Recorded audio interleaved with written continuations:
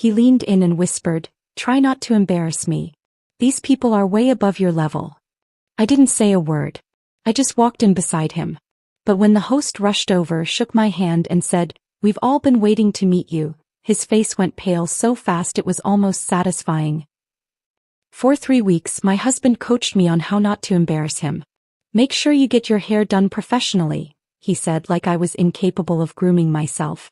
"Buy a new dress, something elegant but not too flashy," he instructed, like I didn't understand formal events. "Just smile and let me handle the conversations," he reminded me the night before, like I was too unsophisticated to speak to successful people. I listened to every condescending comment, nodded through every patronizing suggestion. Let him believe I needed his guidance to navigate a world that was way above my level. The whole time I was working on the building where this exclusive dinner would be held. The historic estate I'd been restoring for over a year. The project that would win me a regional preservation award. The whole time the host of this dinner, the venture capital titan Christopher, was desperate to impress, was calling me for project updates and texting me photos of antique fixtures he'd found. But Christopher never asked about my work. Never bothered to learn what I actually did. Never connected the dots. So when we walked into that estate and everything he thought he knew about his wife collapsed in seconds, I can't say I felt bad about it. My name is Natalie. This is the story of how I let my husband underestimate me, and how it cost him everything. I'm 34 years old and I've spent the last 15 years becoming someone my own husband never bothered to know. I'm a historic preservation architect. That's not the same as a regular architect, though most people don't understand the difference. I don't design new buildings or suburban developments. I save structures that everyone else has written off as lost causes. Century-old factories that become luxury lofts. Abandoned theaters transformed into cultural centers. Landmark properties with foundation issues, failing infrastructure, and historical designations so restrictive that most architects won't touch them. That's my specialty, the impossible projects that require engineering expertise, historical knowledge, and the kind of stubborn determination that doesn't quit when things get complicated. Last year my firm brought in $3.2 million in revenue. We've been featured in Architectural Digest twice. I have a regional preservation award on my office shelf and a national recognition from the Historic Preservation Foundation. 3 years ago, I gave a keynote speech at a conference in Boston where 200 architects took notes while I explained adaptive reuse strategies for mid-century industrial buildings. But you'd never know any of that by looking at me on a Tuesday morning. I show up to construction sites in steel-toed boots and Carhartt work pants. My hair is usually pulled back in whatever messy bun I can manage before my first cup of coffee. I drive a Honda CR-V that's sensible and completely unglamorous, with mud on the floor mats and blueprints perpetually rolled up in the back seat. I don't wear designer clothes to job sites because designer clothes don't survive concrete dust and paint splatter. My hands have calluses from handling materials, and I keep my nails short because long nails are a liability when you're climbing scaffolding to inspect original plasterwork. To most people, and definitely to my husband, I look like someone still working their way up, not someone who's already arrived. Christopher and I met 3 years ago at a friend's wedding. He was a financial analyst at a mid-tier investment firm. Good salary, respectable position, clear ambitions about making partner within 5 years. When we started talking at the reception, I found him attractive in that polished way some men have. Everything about him was carefully put together. Tailored suit that fit perfectly. Expensive watch that caught the light when he gestured. The kind of easy confidence that comes from a life where doors have always opened. He asked about my work and I told him about a theater restoration I was finishing. He seemed interested, asked follow-up questions, laughed at my stories about discovering original murals hidden under decades of drywall. We exchanged numbers. Started dating. Within 6 months he'd moved into my house. The house I'd bought as a foreclosure 5 years earlier and spent 2 years renovating myself. The craftsman-style place with original hardwood floors I'd restored and built-in cabinetry I'd painstakingly stripped of paint to reveal the wood grain underneath. Christopher loved that house. He loved telling people about the great deal we'd gotten on it, though he never mentioned that I'd done the work myself or that I'd bought it years before we met. At first, our relationship felt balanced. We both had demanding careers. We'd meet for dinner and talk about our days. Or at least he'd talk about his days. The clients he was pursuing, the financial structures he was building, the office politics he was navigating. I'd listen, ask questions, offer support when he needed it. Looking back now, I realize how rarely the conversation went the other way. When I talked about projects, his attention would drift. He'd nod at the right moments, but I could see his eyes glaze over slightly. If I got excited about solving a structural problem or tracking down a source for period-appropriate materials, he'd smile indulgently, the way you might smile at a child showing you their crayon drawing. He complimented my appearance regularly. Told me I was beautiful, especially when I dressed up for his company events. But alongside those compliments came suggestions. Small things at first. Maybe wear heels instead of flats next time. Have you thought about a different hairstyle? That dress is nice, but something with a recognizable label might make a better impression. I told myself he was being helpful. That he understood professional image better than I did, coming from the corporate world where appearance mattered. That relationships required compromise, required adjusting to each other's needs and expectations. The comments escalated gradually enough that I didn't see the pattern forming. You work too much, he'd say when I brought blueprints home on weekends. Can't your team handle some of this? Do you really need to be at every site visit? Or, maybe it's time to upgrade your wardrobe. You can't show up to important events looking like you just left a construction site. Or delivered one evening when I came home exhausted after a 14-hour day managing a crisis with a failing subcontractor. I know your buildings are important to you, but eventually you have to think about our future together, not just your projects. Our future. Like my career wasn't part of that equation. Like the work I'd built over 15 years was some separate hobby that existed outside the life we were supposed to be creating. I started noticing other things too. How he'd introduce me at his company events. This is my wife, Natalie. She's an architect. Said with a smile that didn't quite reach his eyes, followed quickly by pivoting the conversation back to his own work. How he'd check his phone whenever I talked about a project achievement. How he never came to my job sites, never attended my industry events, never asked to see the buildings I'd saved. 6 weeks ago, everything came to a head with a single invitation. Christopher came home one evening practically vibrating with excitement. He was holding a cream-colored envelope, the expensive kind with embossed lettering that announces its importance before you even open it. James Whitmore is hosting a private dinner, he said, staring at the card like it was a lottery ticket. At the Whitmore estate. Black tie. Only 12 people and their spouses invited. I kept slicing vegetables for dinner, letting him have his moment. This is huge. Nat James Whitmore controls half the commercial real estate development in this entire city. He doesn't do dinners like this often. If I can make the right impression. He paused, looked at me with this mix of hope and concern. I was thinking you could come with me. As my date. The phrasing struck me immediately. Not, will you come with me, or, I'd love to have you there. But you could come with me. Like he was extending an invitation to something I might not be qualified for. Like he wasn't entirely sure I'd fit but felt obligated to ask anyway. Of course, I said. When is it? 3 weeks from Saturday. 3 weeks. That gave him plenty of time to prepare. And apparently plenty of time to prepare me too. The coaching started the next day. Little comments woven into regular conversation. Reminders that escalated into instructions. By the end of the first week, he'd created an entire strategy for how I should present myself. Make sure you schedule a hair appointment for that Friday, he said over breakfast one morning. Professional styling. None of that messy bun thing you usually do. I looked up from my coffee. My hair is fine, Christopher. For work sites, sure. But this is different. These are extremely successful people. First impressions matter. A few days later, I was thinking you should buy a new dress for the dinner. Something elegant but not too flashy. But, sophisticated. I have dresses. I know, but this is a really important event. Maybe something with a designer label? Something that looks expensive. The night before the dinner, he sat me down for what he called a game plan discussion. Listen, Nat, I need you to understand how significant this is. James Whitmore could open doors for me that I've been trying to get through for years. The people at this dinner are way out of our league right now. So tomorrow night just follow my lead, okay? Smile, be pleasant, but let me handle most of the conversations. These people can be judgmental about careers and backgrounds. I don't want you to feel uncomfortable. I nodded. Said okay. Let him think I needed his protection from a world I supposedly didn't understand. The whole time I was biting back the truth.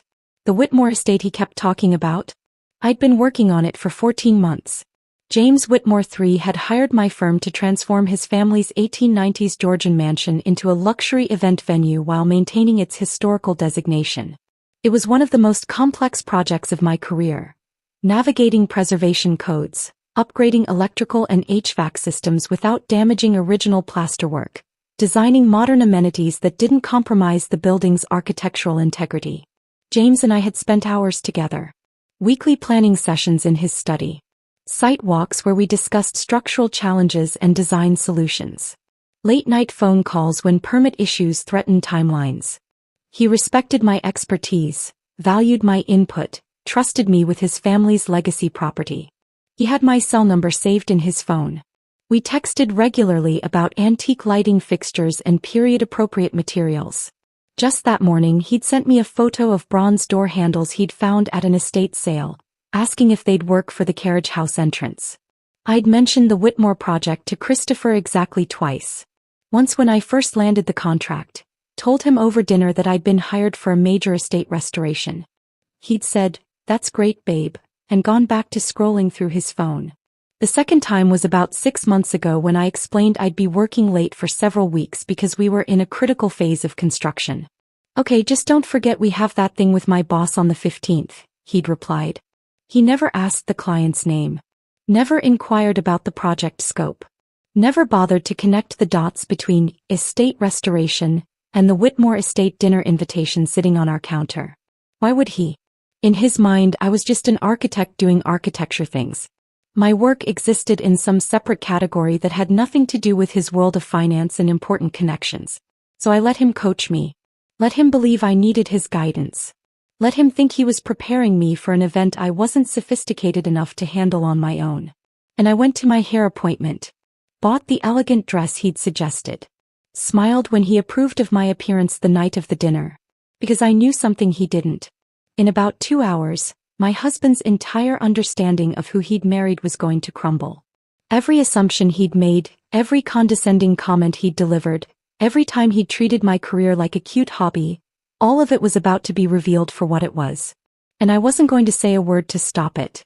The morning after Christopher received that invitation, he started a spreadsheet. I found him at the kitchen table on Saturday, laptop open, notepad beside him, researching every name on the guest list like he was preparing for a military operation. He'd somehow gotten hold of the attendee information, probably called the event coordinator under some professional pretense, and was building dossiers on each couple who'd be there. Michael Patterson, founder of Patterson Capital, he muttered, typing notes. Net worth estimated at $200 million. Invested in the downtown revitalization project 3 years ago. He looked up at me. I need to find a way to mention that I follow commercial real estate trends. Make it seem natural, not forced. I poured myself coffee and watched him work. This was Christopher in his element. Strategizing, positioning, calculating exactly how to present himself for maximum impact. He'd always been like this about networking. Every introduction was an opportunity. Every conversation had an objective. What bothered me wasn't the preparation itself. It was how that preparation extended to managing me. You should probably avoid talking about construction work if it comes up, he said without looking away from his screen. These people might not understand the difference between what you do and regular contractors. Just keep it vague. Say you work in architecture and change the subject. I took a sip of coffee. Didn't respond. And definitely don't mention any project problems or difficulties, he continued. Successful people don't want to hear about struggles. They want to hear about wins. Confidence. You know. Right, I said. Confidence. Over the next 3 weeks, Christopher's obsession intensified. He bought a new suit, not because his current ones weren't adequate, but because this dinner required something special. He practiced his handshake in front of the bathroom mirror. I walked past one evening and heard him rehearsing conversation openers, testing different ways to introduce himself that sounded impressive but not arrogant. He made a reservation at the salon I occasionally used and told me the appointment was for the Friday before the dinner. Full styling, he said. Not just a trim. I want you to look polished. I can do my own hair, Christopher. I know you can. But this is important. These people notice details. Just trust me on this. The dress conversation happened during week 2. We were getting ready for bed when he brought it up, casual but clearly rehearsed. I was thinking you should buy something new to wear to the dinner. Something that really makes an impression. I glanced at him from where I was setting my alarm. I have plenty of dresses. I know, but this is different. This isn't a work event or a casual dinner. This is, he paused, choosing his words. This is the kind of event where people notice what you're wearing. Where labels matter. I'm not trying to be superficial, but that's just how these circles work. You want me to buy an expensive dress so I look like I belong. I want you to feel confident, he corrected, but we both knew what he really meant. There's a boutique downtown that carries elegant stuff. Classic, sophisticated. Nothing too flashy, just quality. Why don't you go this weekend? I went to the boutique. Bought a black dress that cost more than I'd normally spend but less than Christopher probably hoped. It was beautiful in an understated way. The kind of elegant that didn't scream for attention but wouldn't be overlooked either. When I showed him, he nodded approvingly. Perfect. Exactly right. Like I'd passed some test I hadn't realized I was taking. The instructions continued. Small comments woven into everyday conversations, each one reinforcing the same message. I needed to be managed, prepared, coached for an environment I wasn't naturally equipped to handle. Remember to smile, but not too much. You don't want to seem nervous or overeager. Let me introduce you to people. Don't just jump into conversations on your own. If someone asks what you do, keep it simple. Don't get into technical details that might bore them. Each comment landed like a small weight, accumulating into something heavier that settled in my chest. This was my husband. The man who'd stood across from me 3 years ago and promised to honor and respect me. And he was treating me like a liability that required damage control. I didn't argue with him.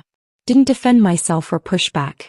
I just absorbed each instruction with a calm that surprised even me. Maybe part of me wanted to see how far he'd take it.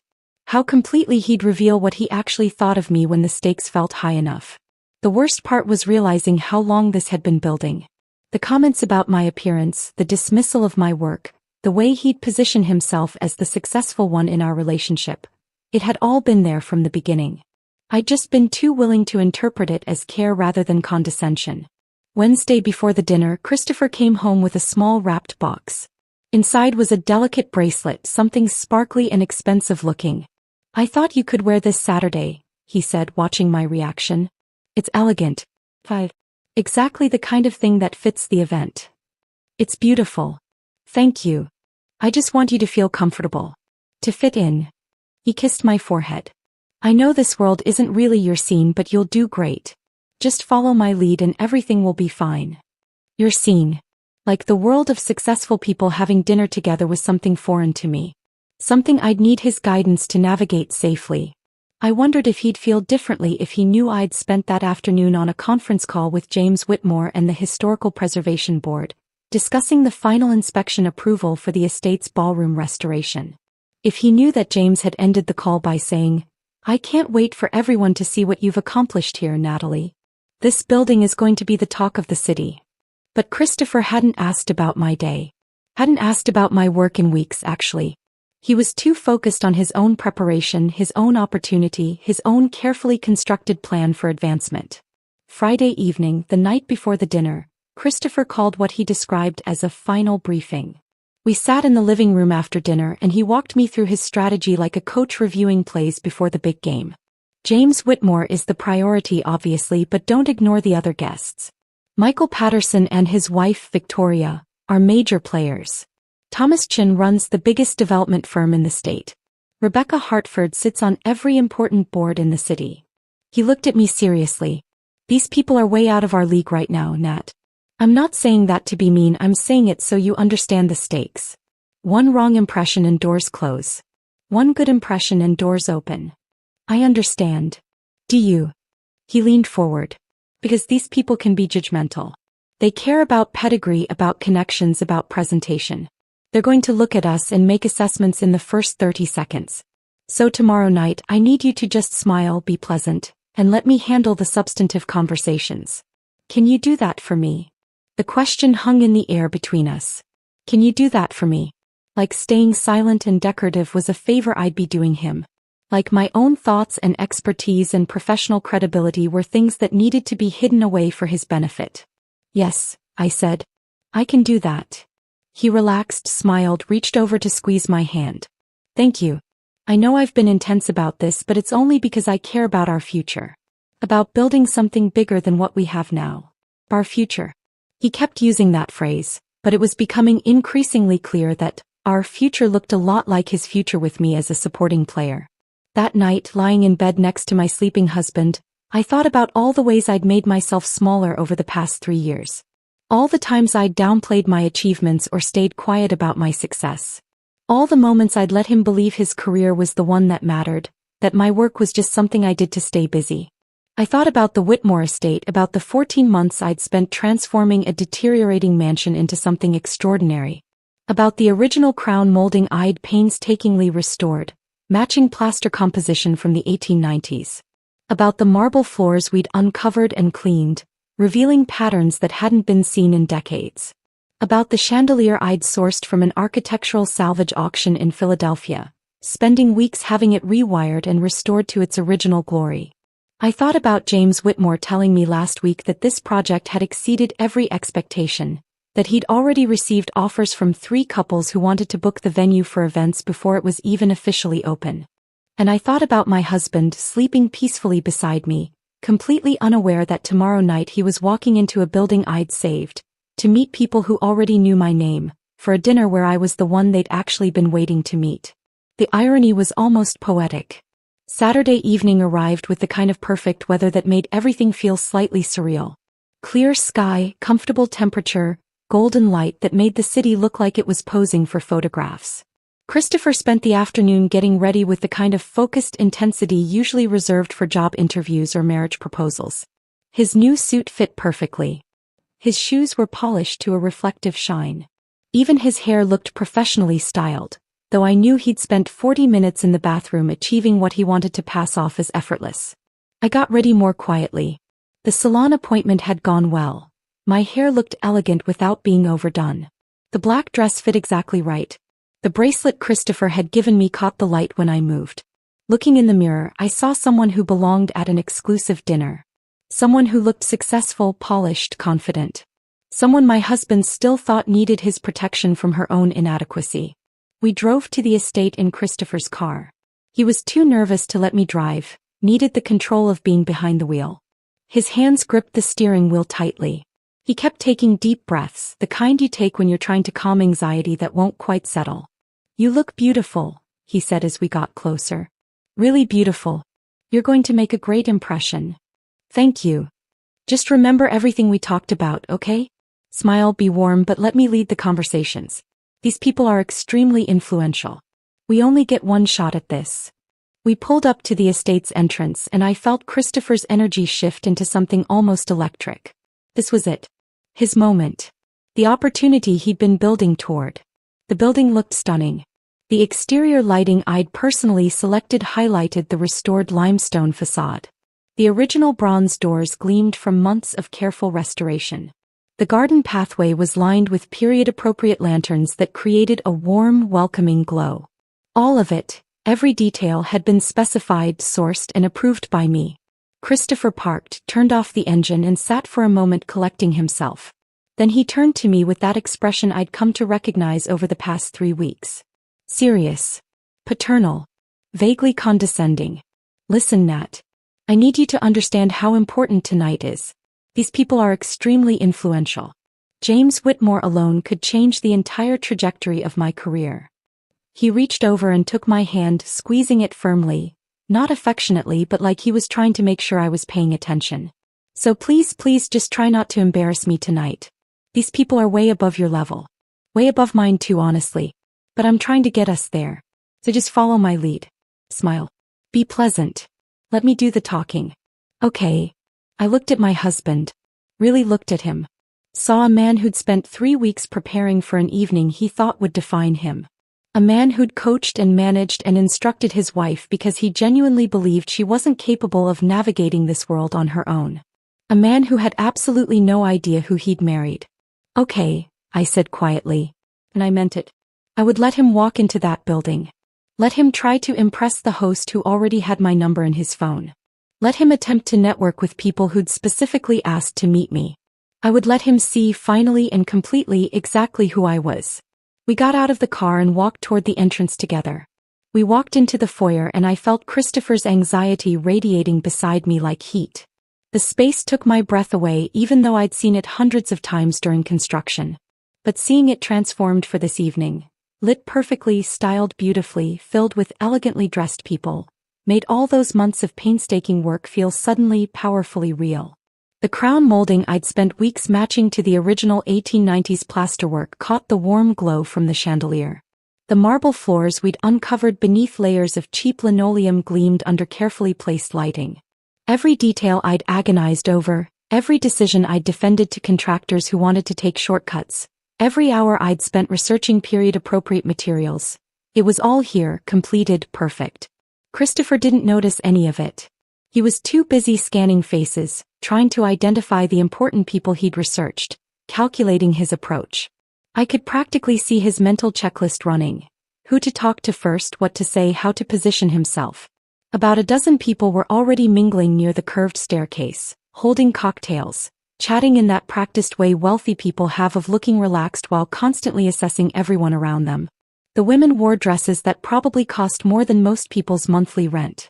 The men had that casual confidence that comes from never worrying about money. Christopher straightened his shoulders, preparing himself.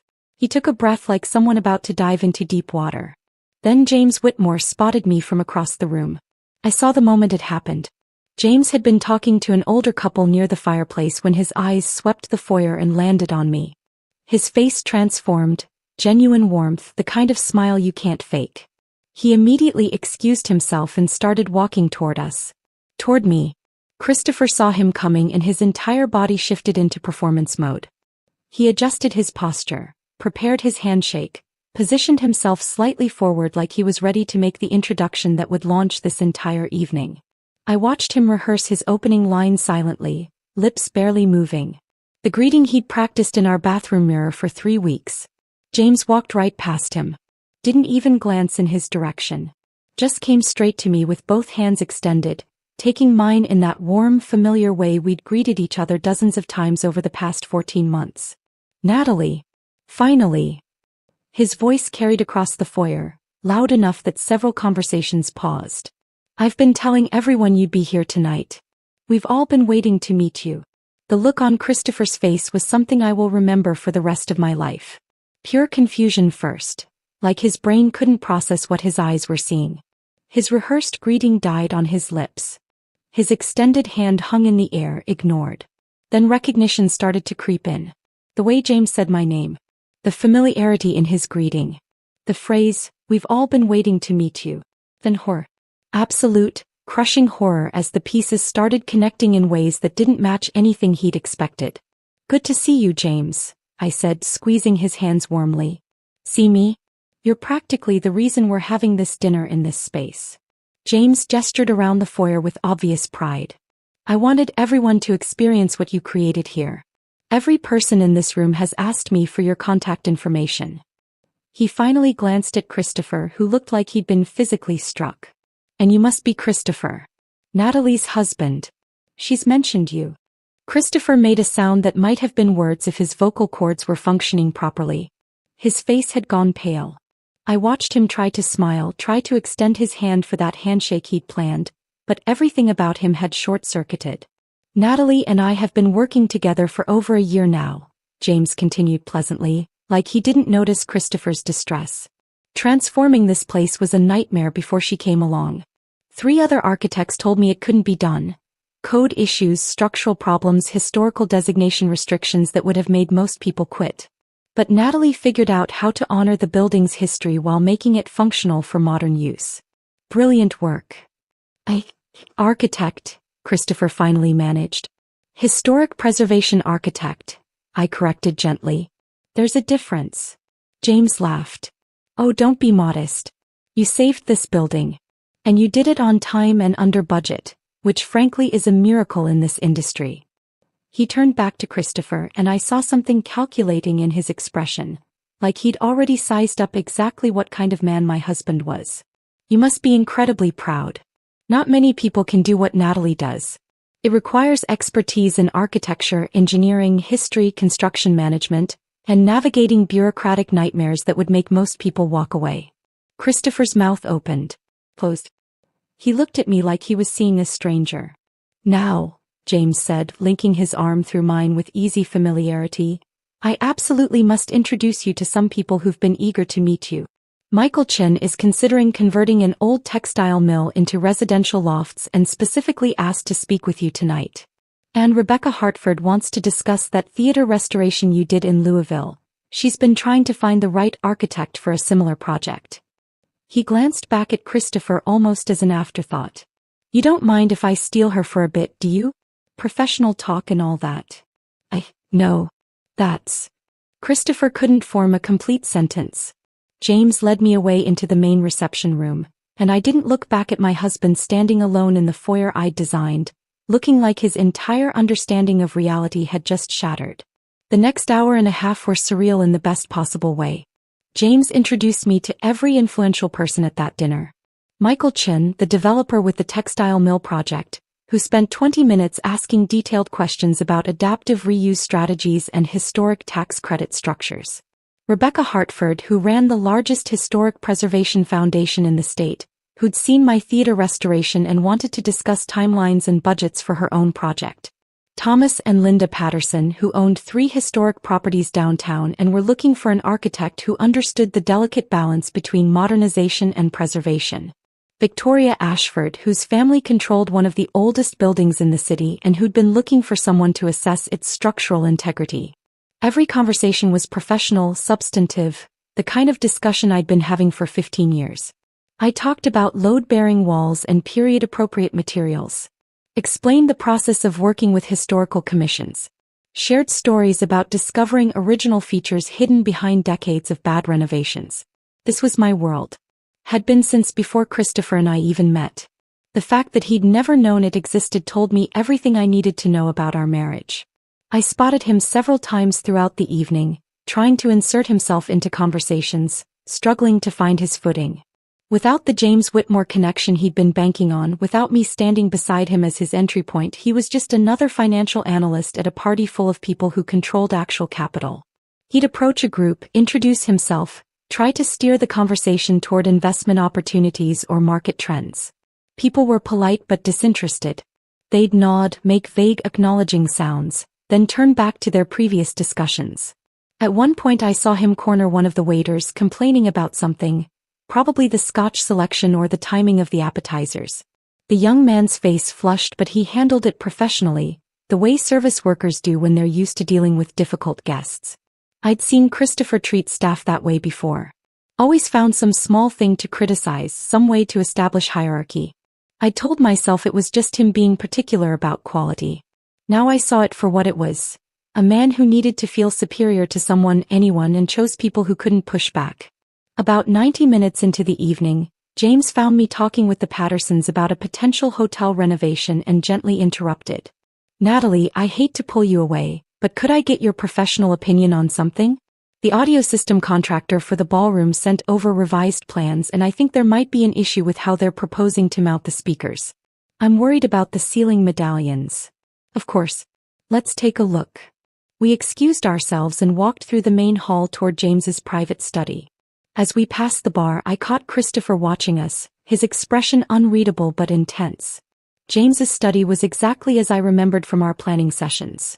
Rich wood paneling, built-in bookshelves, large desk positioned to face the window overlooking the gardens. He closed the door behind us and gestured for me to sit. Before we discuss audio systems, he said, settling into his desk chair, I wanted to give you this. He handed me an envelope. Inside was a check for $75,000. I stared at the number, then looked up at him in shock. James, this is your performance bonus for completing the project ahead of schedule and under budget, he said firmly. You earned every penny. This building should have taken 18 months minimum and cost close to $6 million. You did it in 14 months for 4.5. You've already paid for yourself 3 times over, and that's before we even factor in the increased property value. I don't know what to say, Say you'll accept it and stop being so modest about your achievements. He pulled out the audio system plans and spread them across the desk. Now about these speaker mounts. Am I right to be concerned about drilling into the original plaster around the medallions? We spent the next 20 minutes discussing the technical details, the kind of problem-solving conversation I genuinely loved. How to integrate modern audio without compromising historical elements. Whether wireless systems would work given the building's thick walls. The best way to conceal wiring without damaging original features. This was why I loved my work. Not the money or the recognition, though both were nice, but the challenge of solving puzzles that required both creative thinking and technical expertise. The satisfaction of preserving something beautiful while making it functional for modern needs. When we finally returned to the dinner party, I immediately spotted Christopher. He was standing alone near the bar, nursing what looked like his third or fourth drink, watching the room with an expression I'd never seen on his face before. Anger mixed with humiliation, mixed with something that looked disturbingly like fear. Our eyes met across the space. For the first time in our 3-year relationship, he looked at me and saw someone he didn't recognize. Someone he'd completely underestimated. Someone he couldn't manage or control or dismiss. Someone who didn't need him at all. The realization was written plainly across his face, and despite everything, despite 3 weeks of condescension and 3 years of being treated like my achievements didn't matter, I felt a wave of sadness wash over the vindication. This was my husband. And he'd never actually known me. The car ride home was silent in a way that made the air feel dense and suffocating. Christopher gripped the steering wheel so hard his knuckles had gone white. His jaw was clenched tight enough that I could see the muscle jumping beneath the skin. He stared straight ahead at the road like he was trying to bore a hole through the windshield with sheer force of will. I looked out the passenger window at the passing streetlights, watching them blur into streaks of gold against the darkness.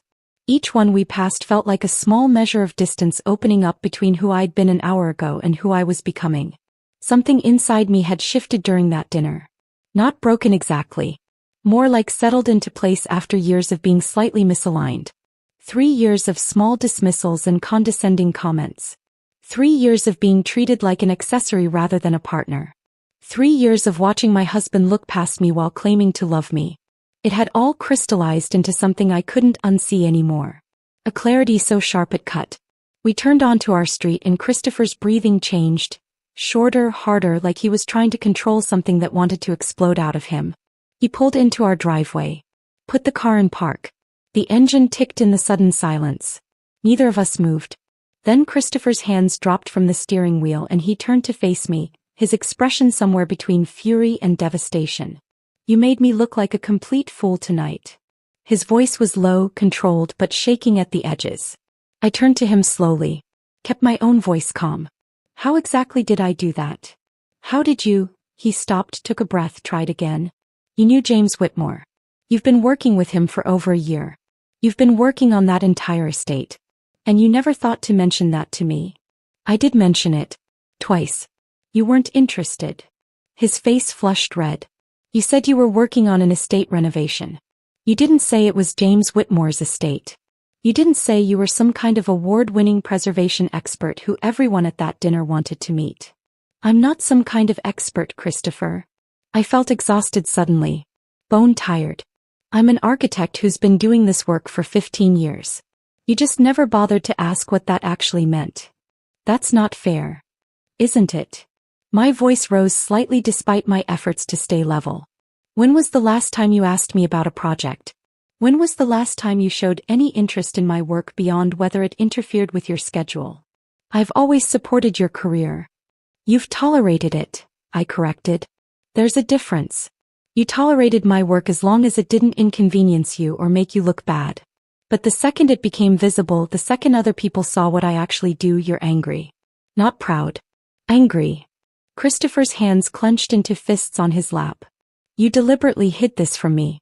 You let me walk into that dinner thinking I was bringing my wife to impress people, and instead you're the one everyone wanted to meet. Do you have any idea how humiliating that was? I didn't hide anything. I told you about the Whitmore project when I got the contract. I told you I'd be working late because we were in a critical phase. You just didn't listen because you didn't care.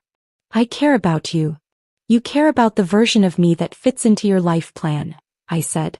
The version that shows up to your work events looking appropriately successful but not too successful. The version that supports your career without having one that might overshadow yours. He stared at me like I'd slapped him. That's not true. Then why did you spend 3 weeks coaching me on how not to embarrass you? Why did you tell me those people were above my level? Why did you treat me like a liability that needed to be managed? Because I was trying to help you. I didn't need help, Christopher. I needed a husband who respected me, who saw me, who bothered to know who I actually was instead of deciding who I should be. The words hung between us in the car and I watched him process them. Watched him cycle through justifications and defenses, searching for the angle that would make him right and me wrong. He couldn't find it. You should have told me, he said finally, quieter now. You should have told me you were working with James Whitmore. That you knew all those people. That you were, he struggled with the words. That you were more successful than I realized. Why? I asked. So you could take credit for my connections? So you could use my relationships to advance your own career? So you could stop being embarrassed by me and start being proud that you'd married well? That's not, I never said I was embarrassed by you. You didn't have to say it, Christopher. You showed it every single day. He opened his mouth to argue but nothing came out. For once in our entire relationship he had no response. I opened the car door and stepped out into the cool night air. Walked up to our house. My house, the one I'd bought and renovated years before I met him, and went inside. Christopher followed a few steps behind, his footsteps heavy on the porch. In the living room he finally found his voice again. I can't believe you're trying to make this my fault. You're the one who lied. I never lied, I said, turning to face him. Not once. I told you what I did for a living. I told you about my projects. You just never listened because my work wasn't important enough to you. And now you're angry because other people saw what you refused to see. That's not fair, Natalie. None of this is fair. But it's honest. And maybe that's what's really bothering you, that you can't spin this into a story where you're the victim and I'm the one who did something wrong. His face cycled through emotions. Anger, hurt, defensiveness, something that might have been shame. So what are you saying? That our entire marriage has been a lie. I'm saying I don't think you ever actually knew me.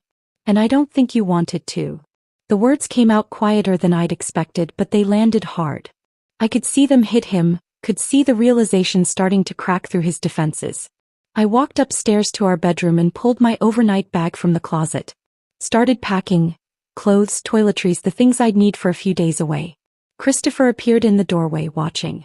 What are you doing? I'm leaving for a while. I need space to think. You're leaving? Just like that. Just like that, I said, folding a shirt and placing it in the bag.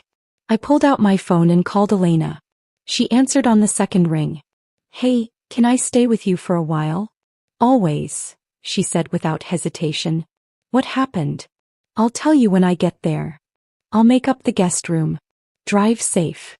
I ended the call and zipped the bag closed.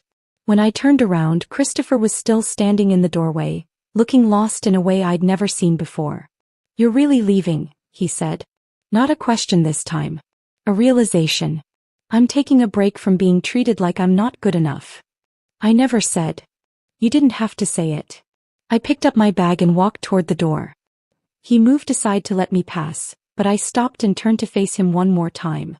Let me ask you something, Christopher. In 3 years of marriage, have you ever asked me about a project I was working on? Have you ever come to one of my job sites to see what I do? Have you ever attended any of my industry events or award ceremonies? Have you ever shown genuine interest in my work beyond whether it interfered with your schedule or made you uncomfortable at your own events? He opened his mouth to respond. Nothing came out. His face went pale as the question settled into him, forcing him to confront something he'd been avoiding. There were times I thought. He couldn't finish a sentence. Couldn't construct a defense that would hold up against the truth. That's what I thought, I said. I walked down the stairs and out the front door. Got into my car, my sensible, unglamorous Honda CR-V with blueprints in the back, and drove away from the house where I'd spent 3 years making myself smaller to fit into someone else's limited vision of who I should be. In my rearview mirror, I could see Christopher standing in the doorway, silhouetted against the light from inside. He looked smaller somehow. Diminished. Or maybe I just finally stopped seeing him as bigger than he actually was. My phone buzzed with a text from Elena. Asterisk doors unlocked. Wine is breathing. Take your time. Asterisk. I drove through the quiet streets toward her apartment on the other side of town, and with each mile I felt something loosening in my chest. Something that had been clenched tight for longer than I'd realized. Not freedom exactly. Not yet. But the first breath before it. The beginning of understanding that I deserved more than someone who saw me as a project to manage rather than a person to know. The beginning of realizing that the problem had never been me. I pulled into Elena's parking lot 20 minutes later and sat in the car for a moment, letting the engine tick down into silence. My phone lit up with a text from Christopher. Asterisk, please come home. We need to talk about this. Asterisk. I didn't respond. Instead, I grabbed my bag and walked up to Elena's apartment, where the door opened before I could knock and my best friend pulled me into a hug that felt like the first solid ground I'd stood on in years. Tell me everything, she said. So I did. Elena's apartment became my sanctuary for the next week. She'd cleared space in her closet without me asking, stocked her fridge with my favorite coffee creamer, and somehow knew exactly when I needed to talk and when I needed silence. The first night we sat on her couch with a bottle of wine between us and I told her everything. Not just about the dinner but about the 3 years leading up to it. All the small moments I'd dismissed or rationalized or explained away. He never knew you, she said on the third night, after I'd spent an hour analyzing whether I'd somehow contributed to the problem by not being more direct about my achievements. And the scary part is he never wanted to. Her words hit something deep and true. Christopher hadn't married me, he'd married the idea of me. Supportive wife. Pleasant accessory.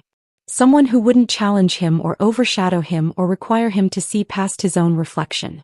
The actual person I was had been irrelevant to him all along. My phone became a source of constant stress during those first few days. Christopher's texts arrived like clockwork, each one a different flavor of the same desperation. Day 1, early morning. I'm sorry I reacted badly last night. Can we please talk about this? Day 1, evening. I know you're angry but we can work through this. Just come home. Day 2. You have to understand how shocking that was for me. Walking into that dinner and finding out my wife has this whole career I didn't know about. Can you see it from my perspective? Day 3 turned angry. You deliberately humiliated me in front of the most important people in my professional network. You let me look like a fool. That's not something a wife does to her husband. Day 4 swung back to apologetic. I love you. I don't want to lose you. Please just talk to me. I didn't respond to any of them. Just watched the messages come in, each one revealing more about who Christopher actually was when he didn't get what he wanted. Elena noticed me staring at my phone one evening and gently took it from my hands. You don't owe him a response. You don't owe him anything. I know. This feels strange. 3 years of marriage and it ends with me ignoring his texts from my best friend's couch. 3 years of marriage ended the moment he told you not to embarrass him, she corrected. This is just you recognizing it. He was right. The marriage had been over for a while. I'd just been too invested in making it work to see how broken it already was. On day 6, Christopher sent a longer message. I read it twice, feeling something shift as I absorbed the words. Asterisk Natalie, I've been thinking about everything that happened. I'm sorry for how I acted at the dinner. I was surprised and felt embarrassed, but that's not your fault. I realize now that I haven't been as supportive of your career as I should have been. I want to fix this. I want to understand what you do and be proud of you the way I should have been all along. Can we talk? Please? I love you and I don't want to lose you over this. Asterisk. I stared at the message for a long time. It said almost all the right things. The apology. The acknowledgement. The desire to change. But something was missing. He was sorry he'd been caught being unsupportive. Not sorry for the years of actual dismissal. He wanted to fix the embarrassment he'd felt, not repair the damage he'd caused to our relationship. He loved me, but which version? The real one he'd just discovered, or the manageable one he'd thought he married? The message was about preserving what he wanted, not about understanding what he'd done. I called him. He deserved to hear my voice when I ended our marriage. He answered on the first ring. Nat. Thank God. Can you come home? I miss you. We can work through this. I don't think we can, Christopher. Silence. Then cautiously, what do you mean? You don't respect what I do, I said, keeping my voice steady. You never have. You spent our entire marriage treating me like I was trying to be successful instead of recognizing I already was. And when you found out the truth, you weren't proud. You were humiliated. That tells me everything I need to know. That's not fair, I was just shocked. You were embarrassed, I corrected. There's a difference.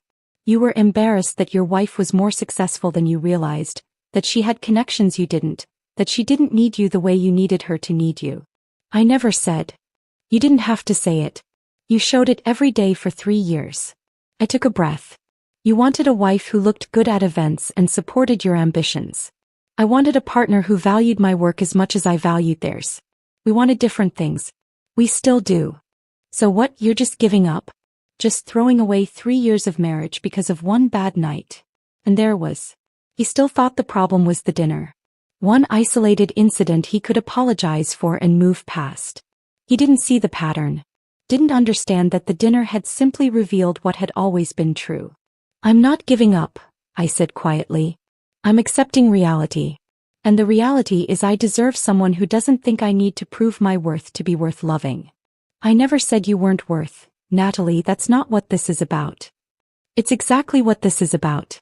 And I think you know that. I think that's why you're so angry. He went silent. I could hear him breathing on the other end of the line, could almost feel him searching for the right words that would make this go away. He couldn't find them. I'm going to file for divorce, I said. I wanted you to hear it from me first. Natalie, please. I ended the call. 2 weeks later, I filed the papers. My attorney was efficient and sympathetic. The asset division would be straightforward. The house was mine from before the marriage, our bank accounts had always been separate, and Christopher had no claim to my business. What I didn't expect was how quickly the story would spread. Within a month, the tale of the husband who didn't know his wife was the architect everyone wanted to work with had become industry gossip. I heard different versions of it, some accurate, some embellished, told at conferences, shared over client dinners, passed around at networking events. People I'd never met knew the story. Some found it inspiring. Others found it hilarious. A few used it as a cautionary tale about assumptions and ego. My phone rang constantly with new project inquiries. People who'd been at the dinner wanted to work with me. People who'd heard about the dinner wanted to meet me. James Whitmore had apparently been sharing the story himself, framing it as an example of why he valued substance over image. The attention was flattering and overwhelming in equal measure. Meanwhile, Christopher's professional world was imploding in ways I heard about through mutual acquaintances. Apparently, he'd tried to leverage his connection to Natalie to network with some of the guests from the dinner. Reached out to Michael Chin about investment opportunities, mentioned casually that his wife was the architect Chin had been so impressed by. James Whitmore had shut that down immediately. Made it clear to his network that Christopher was not affiliated with my firm, did not have professional access to me, and should not be representing himself as connected to my work. The message was unambiguous. Christopher had embarrassed himself, and attempting to profit from his wife's reputation would only make it worse. I heard through a former colleague that Christopher's firm had passed him over for the promotion he'd been expecting. The official reason was fit concerns and professional judgment issues. The unofficial reason, according to office gossip, was that he'd made a fool of himself in front of some of the firm's most important potential clients. Turns out embarrassing yourself in front of the region's most influential investors has consequences. I didn't take satisfaction in it exactly. Christopher's professional struggles weren't something I'd orchestrated or celebrated. But I didn't feel sorry for him either. He'd built his career on image and connections, on knowing the right people and saying the right things. When that foundation cracked, the whole structure became unstable. Meanwhile, my career, built on actual expertise and completed projects and relationships based on mutual respect, remained solid. The difference was stark enough to be its own lesson. Elena and I talked about it one evening over dinner at her place. I'd been staying there for 3 weeks by that point, and we'd fallen into an easy rhythm of coexistence. Do you think he'll be okay? She asked. Christopher, I mean. Professionally. I considered the question honestly. Eventually, probably. He's smart and capable when he's not trying so hard to impress people. Maybe this will teach him something. And personally? I thought about the texts that had finally stopped coming. About the divorce papers he'd signed without contest. About the marriage that had looked functional on the surface but had been hollow underneath. I think he'll find someone who fits the image he wants, I said. Someone who's happy being the supportive wife who doesn't challenge him. And maybe that'll make him happy. But it wouldn't have made you happy. No, I agreed. It really wouldn't have. Elena raised her glass. To knowing the difference. I clinked my glass against hers and smiled. For the first time in weeks, maybe years, I felt like I could breathe all the way down to the bottom of my lungs. The grief was still there. The loss of 3 years, the death of what I'd hoped the marriage could be. But underneath the grief was something stronger.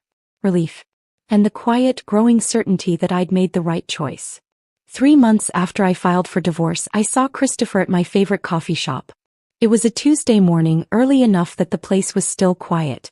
I'd just ordered my usual when I spotted him sitting at a corner table, laptop open, looking like he belonged there. Our eyes met. He nodded, gave a small wave, then went back to his screen like it was the most natural thing in the world. I took my coffee and left without acknowledging him further. The next week I saw him again. Different day, same coffee shop, same corner table. This time he was on his phone, but he looked up when I walked in. Another small nod. Another pretense of casual coincidence. The third time I was walking back to my car after a site meeting near Elena's neighborhood and spotted his car parked across the street from her building. He was sitting in the driver's seat, scrolling through his phone. When he saw me notice him, he started the engine and drove away. That evening I texted him, "You need to stop showing up places I am. It's not coincidence anymore. It's deliberate." His response came 10 minutes later. "I live in this city too. I have a right to go wherever I want. You don't own these places." Technically true.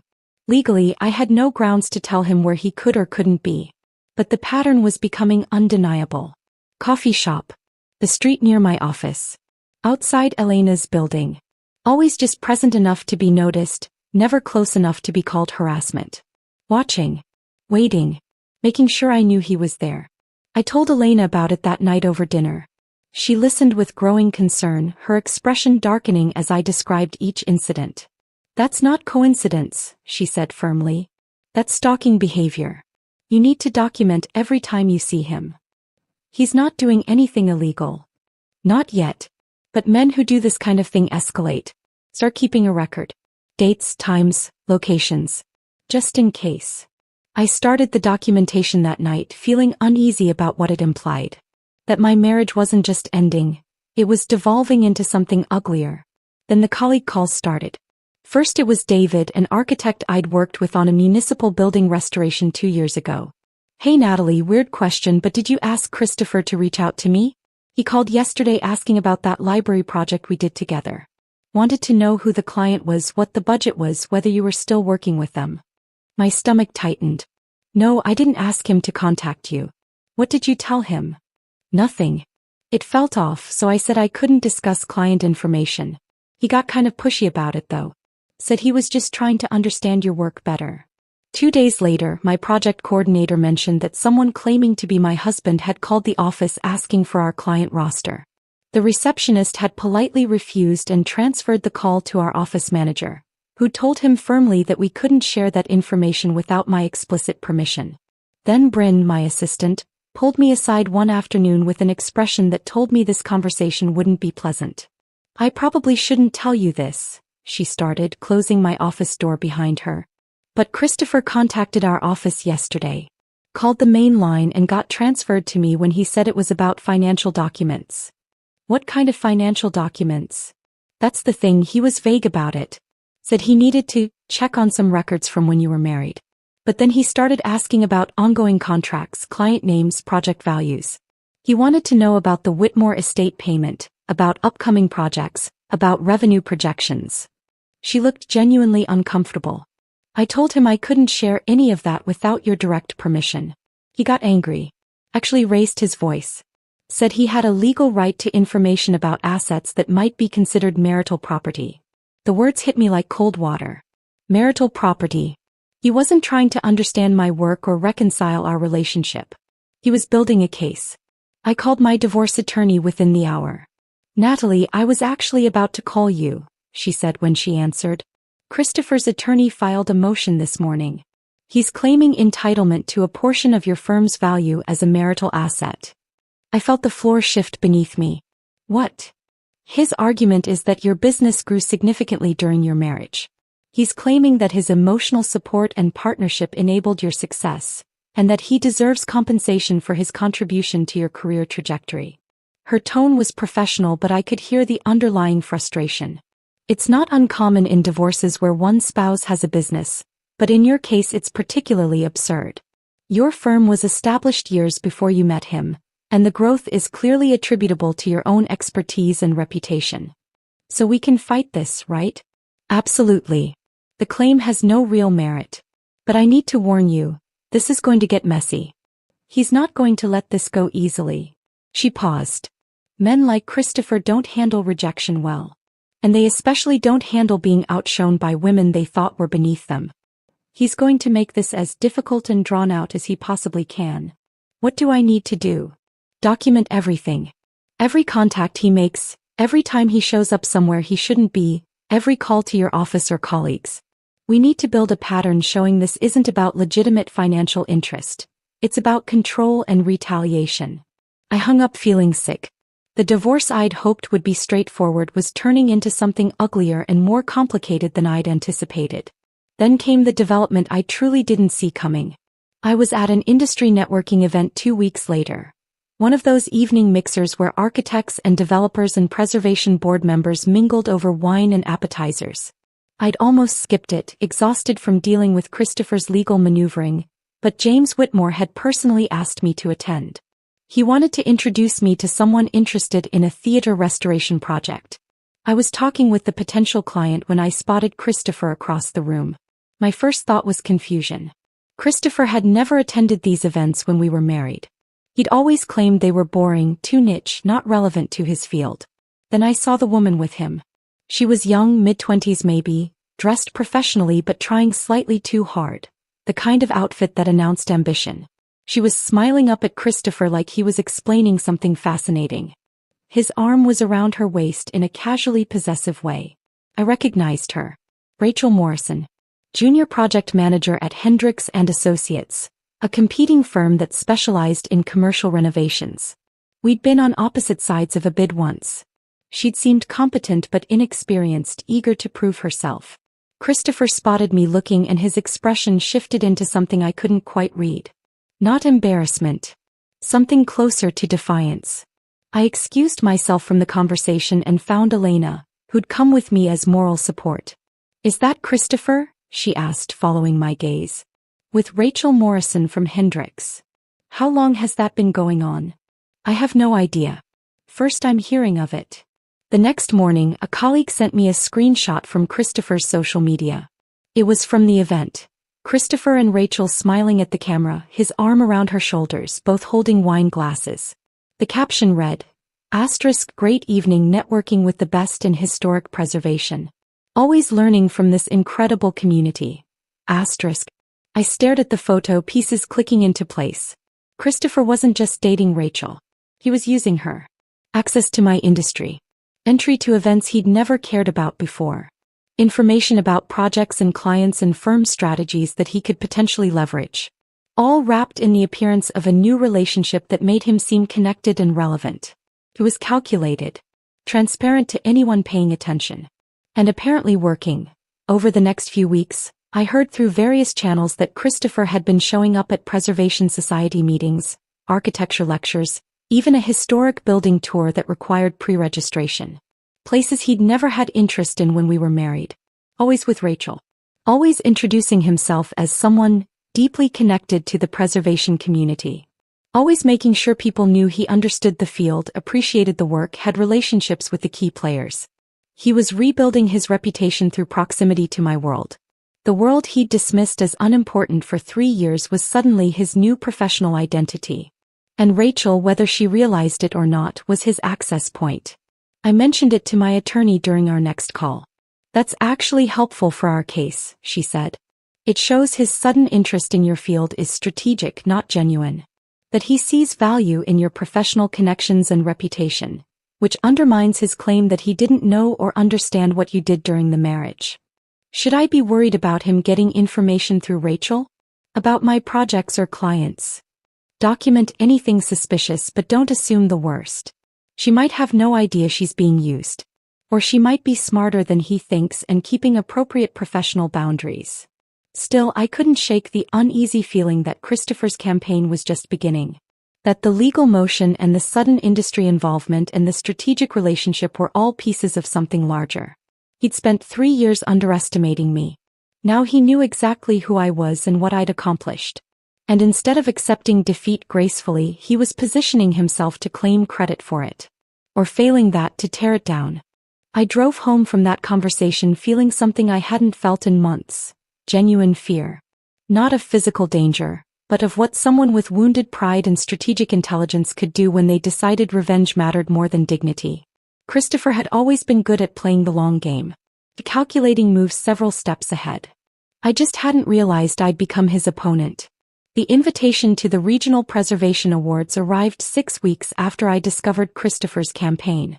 I'd been nominated for the Whitmore Estate restoration, the same project that had detonated my marriage 4 months earlier. The irony was almost poetic. The building Christopher had told me not to embarrass him, it was now the reason I was being honored by the preservation community. Elena insisted on coming with me as my +1. "You're not facing that room alone," she said firmly when I mentioned the event. "And if Christopher shows up, I want to be there to watch his face when you win." "I might not win." "You're going to win," she said with absolute certainty. "And you're going to look amazing doing it." The ceremony was held at the historic Grandview Hotel, a beautifully restored property from the 1920s.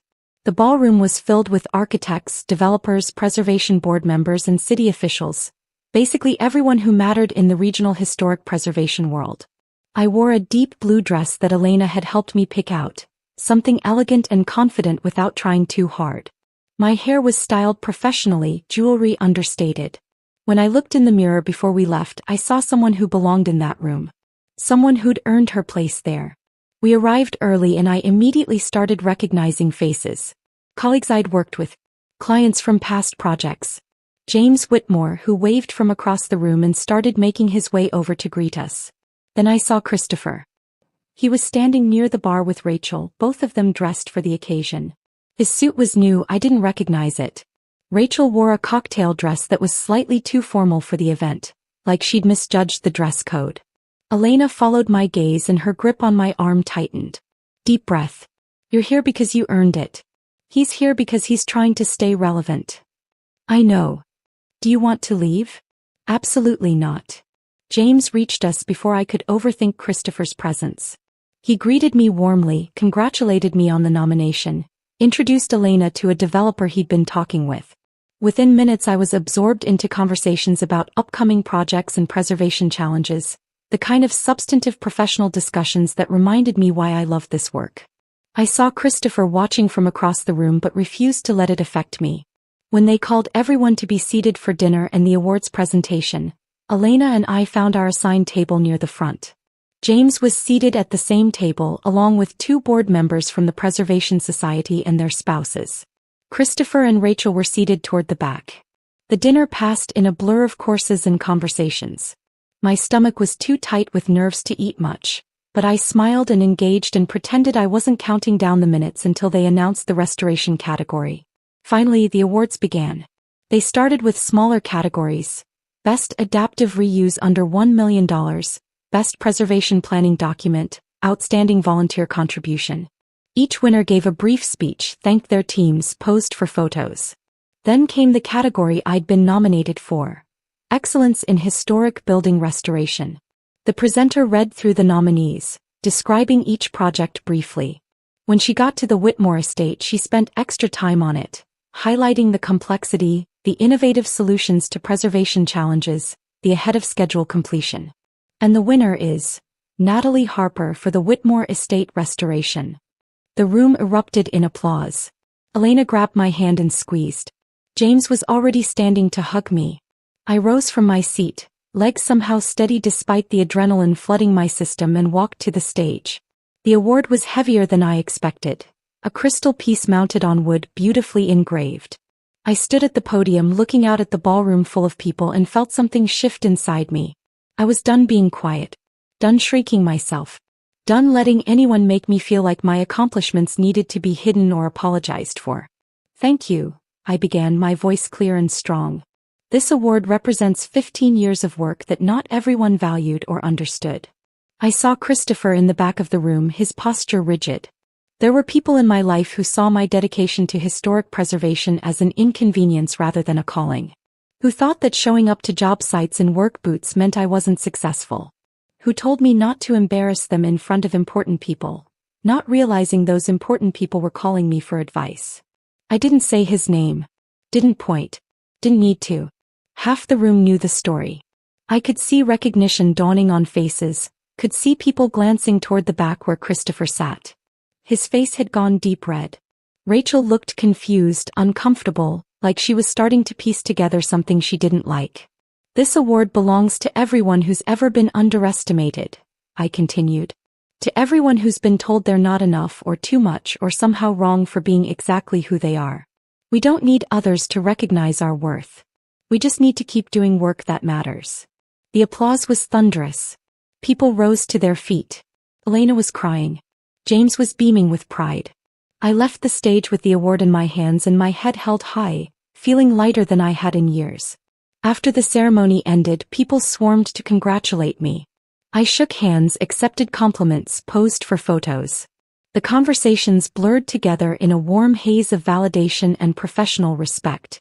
I was talking with a developer about a potential project when I felt a hand on my arm. Christopher. We need to talk, he said tightly. Elena materialized at my other side. No, you really don't. This doesn't concern you, Christopher said to her, not taking his eyes off me.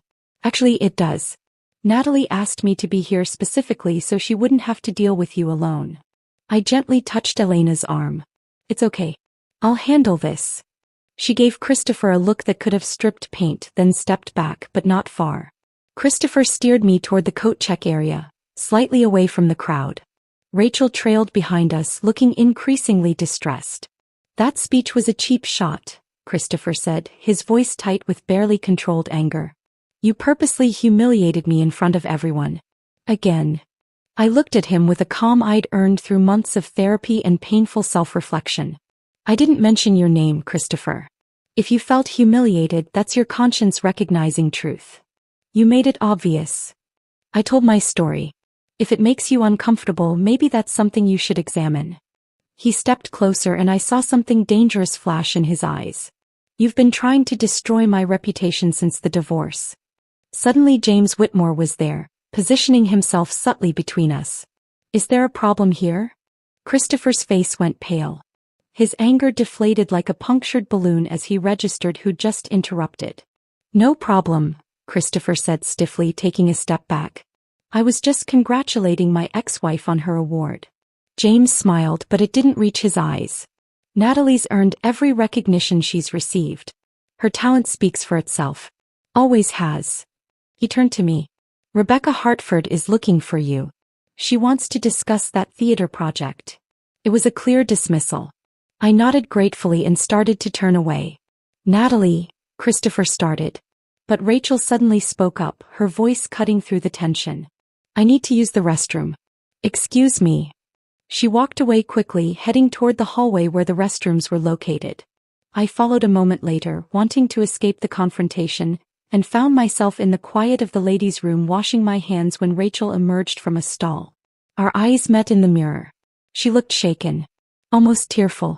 Can I talk to you for a minute? I dried my hands slowly. Okay. I need to tell you something. She took a breath, steadying herself. Christopher's been using me. I didn't see it at first, but tonight made it obvious. Rachel, you don't have to. Yes, I do. Because you deserve to know. She leaned against the counter. He asked me out right after your divorce was filed. Said he wanted to stay connected to the architecture community, that he'd always been interested in preservation but never had time to explore it during his marriage. It seems sweet. Genuine. I waited, saying nothing. But he's been asking me about your firm's projects.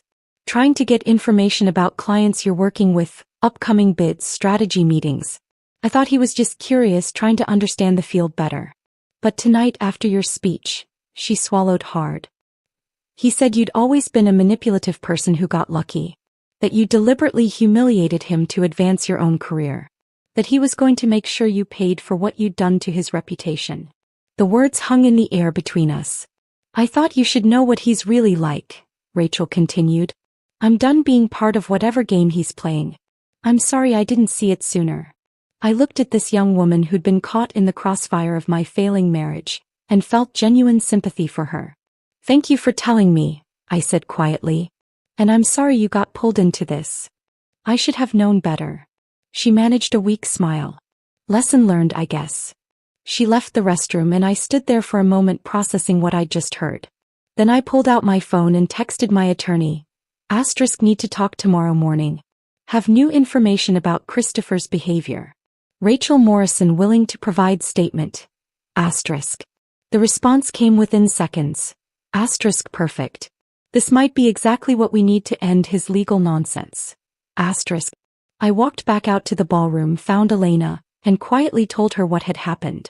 So Rachel's finally figured out she's being used, Elena said. Good for her. Better late than never. Her statement could end Christopher's claim to my business. Then tomorrow's going to be a very good day. I looked across the ballroom one last time and saw Christopher standing alone near the exit, Rachel nowhere in sight. He looked smaller somehow. Diminished. Or maybe I just finally stopped seeing him as larger than he actually was. The morning after the awards ceremony, I met with my attorney armed with Rachel's willingness to provide a statement. We sat in her office with coffee and legal pads, and I recounted everything Rachel had told me. The timeline of Christopher's pursuit. His questions about my projects and clients. The comments he'd made after my acceptance speech. This is exactly what we needed, my attorney said, making notes. It establishes a clear pattern of strategic manipulation. He wasn't a supportive spouse contributing to your success. He was actively dismissive of your work until he saw an opportunity to exploit it for his own benefit. Rachel came in later that afternoon and gave her statement. She was nervous but resolute, detailing every conversation where Christopher had steered the topic toward my firm, every question about clients and contracts, every attempt to position himself as connected to my professional world. I feel stupid for not seeing it sooner, she said as she signed the affidavit. But I want to make it right. You're doing the right thing now, my attorney assured her. That's what matters. 2 weeks later we presented everything to the judge handling our divorce case. Rachel's sworn statement. Documentation from my assistant about Christopher's calls to the office. The pattern of him showing up at places I frequented. His sudden involvement in preservation industry events he'd never attended during our marriage. My attorney laid it out methodically. Mr. Bennett is claiming he supported Mrs. Harper's career and deserves compensation for that support. The evidence shows the opposite. He dismissed her work, showed no interest in her projects, and actively discouraged her professional development. His current actions demonstrate that his motion isn't about fair asset division. It's retaliation for being publicly revealed as someone who underestimated his wife. The judge reviewed the materials, asked a few clarifying questions, then made her ruling. Christopher's motion was dismissed with prejudice, meaning he couldn't refile it. His attorney was advised that continuing this line of argument would be considered harassment and could result in sanctions. The divorce would proceed as originally proposed. Split of marital assets acquired during our marriage, but no claim to my firm or its growth. Christopher's attorney advised him to accept the settlement. He signed the papers without further contest. 6 months after I'd walked out of our house with a single bag, the divorce was finalized. I never spoke to Christopher again. The dissolution of my marriage opened up space for my career to expand in ways I hadn't allowed myself to hope for. The 4 projects I'd connected with at that dinner all moved forward. The textile mill conversion became one of my firm's most challenging and rewarding projects, transforming industrial space into residential lofts while preserving the original brick and timber structure. The theater restoration won us another award and led to 2 more similar projects. The historic hotel renovation brought us regional recognition. The mixed-use development in the Landmark District established us as the go-to firm for complex preservation work. I hired 3 new architects within 8 months. All of them were talented, passionate about preservation, and brought perspectives that strengthened our work. I promoted Bryn to senior project manager and she thrived in the role. We moved into a larger office space in a restored 1920s building downtown. The irony of housing a preservation firm in a preserved building wasn't lost on me. Our work environment became a testament to what we valued. Original wood floors, exposed brick, period details maintained alongside modern functionality. I won 2 more awards that year. Got featured in a national architecture magazine in an article about women leading the preservation movement. Was invited to give a keynote speech at a regional conference where I talked about the intersection of historical integrity and modern sustainability. And for the first time in years, maybe ever, I enjoyed my success without filtering it through someone else's insecurity. Without wondering if I was being too proud or too visible or too much. I was just enough. Exactly as I was. 6 months after the divorce was finalized, James Whitmore invited me to another dinner at his estate. This one was smaller, more intimate, just a handful of preservationists, architects, and developers discussing a collaborative waterfront revitalization project. The city wanted to transform a deteriorating industrial corridor into a mixed-use district while maintaining the area's historic character. It was the kind of complex, multi-phase project that required coordination between multiple firms and specialties. That's where I met Daniel. He was a structural engineer specializing in historic buildings, brought in to consult on seismic retrofitting for the older warehouses along the waterfront. We ended up sitting next to each other at dinner, and within 5 minutes we were deep in conversation about a Victorian-era building that needed earthquake reinforcement without destroying its architectural character. The challenge is integrating modern structural support into buildings that weren't designed for it, he said, gesturing with his wine glass. You can't just bolt steel frames to brick walls and call it done. You have to understand how the original structure works, what's carrying load, where you can intervene without compromising integrity. Exactly, I said, feeling that spark of connection that comes from talking with someone who genuinely gets it. It's the same with restoration. You're not just fixing what's broken, you're understanding the original intent and honoring it while making the building functional for contemporary use. When someone mentioned I'd done the Whitmore estate restoration, Daniel's face lit up with genuine interest.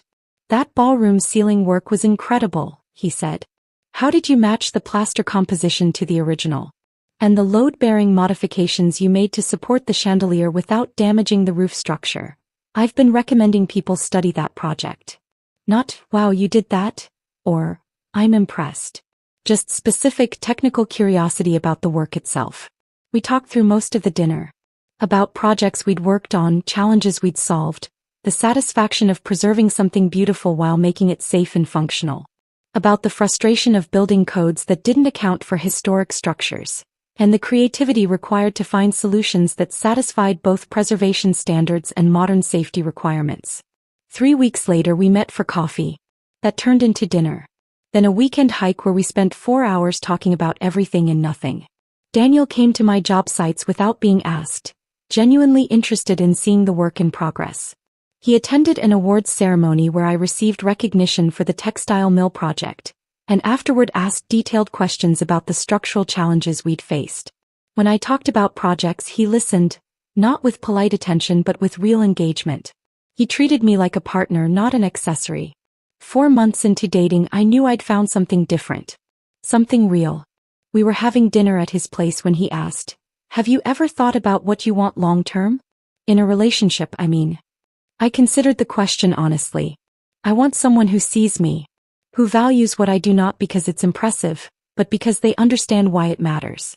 Someone who doesn't need me to be smaller or quieter or different than I am. That seems like a pretty reasonable baseline, Daniel said. Not something you should have to ask for. You'd think so.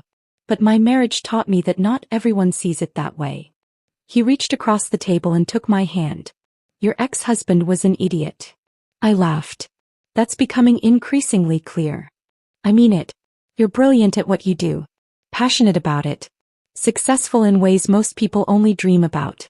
And he made you feel like that was something to apologize for. Daniel shook his head. His loss. Completely. It was the simplest statement, but it settled into me like truth I'd been waiting to hear from someone who actually meant it. A year after that dinner that changed everything, I ran into Christopher one last time. I was grabbing coffee before a client meeting when I saw him at a corner table. Alone, looking tired, wearing a suit that seemed slightly too big for him, like he'd lost weight and hadn't adjusted his wardrobe yet. Our eyes met. His face cycled through emotions I recognized from our final conversations: surprise, discomfort, residual anger, something that might have been regret. "Natalie," he said, standing awkwardly. "How are you?" "Good," I said and meant it. "Really good." "How are you?" "Fine. Busy. I'm actually at a different firm now. Corporate restructuring division. Different focus than before." "That's good. I hope it's working out." "It is. Mostly." Awkward pause. "I heard you won another award. For that mill project. Congratulations." "Thank you." We stood there in uncomfortable silence, two people who'd once been married now struggling to make basic small talk. Are you seeing anyone?" he asked. "I am. His name is Daniel. He's a structural engineer." Christopher nodded, processing that. "That's good. I'm glad you're happy. Are you seeing anyone?" "Not right now. Work's been demanding. Haven't had much time for dating." I wondered if that was true or if Rachel had been his last attempt at using relationships strategically and it had backfired badly enough to make him cautious. "Well," I said, "I should get going. Client meeting." "Right. Of course."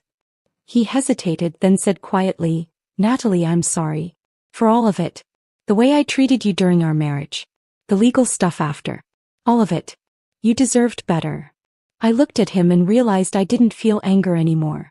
Just a distant sadness for the years we'd both wasted trying to make something work that was never going to.